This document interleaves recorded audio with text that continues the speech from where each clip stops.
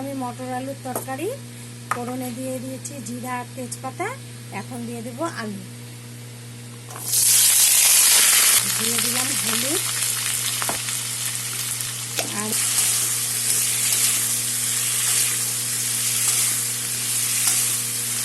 ভাজা হয়ে গেছে।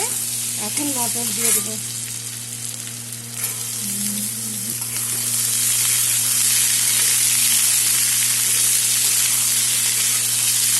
এখন মশলা পেস্ট করে নিয়েছি কাঁচা লঙ্কা, 1 ইঞ্চি পরিমাণ আদা, একটা পেঁয়াজ আর 7-8 কোয়া রসুন দিয়ে দিলাম। জিরে গুঁড়া, ধনে গুঁড়া, লাল লঙ্কার গুঁড়া দিলাম 1 চামচ। সব একসাথে কষাবো।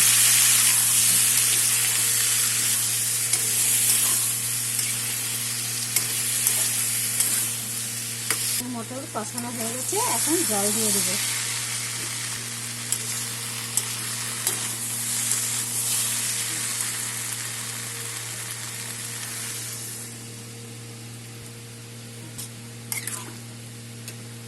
হবে, তারপরে চিনি আর ধনিয়া পাতা দিয়ে বন্ধ করে দেবো।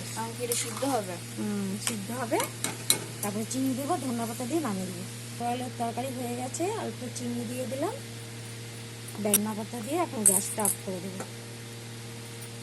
দারুণ স্বাদের মটর আলুর তরকারি বানিয়ে খেয়ে বলবেন কেমন হয়েছে। লাইক করবেন, কমেন্ট করবেন, শেয়ার করবেন। Thank you.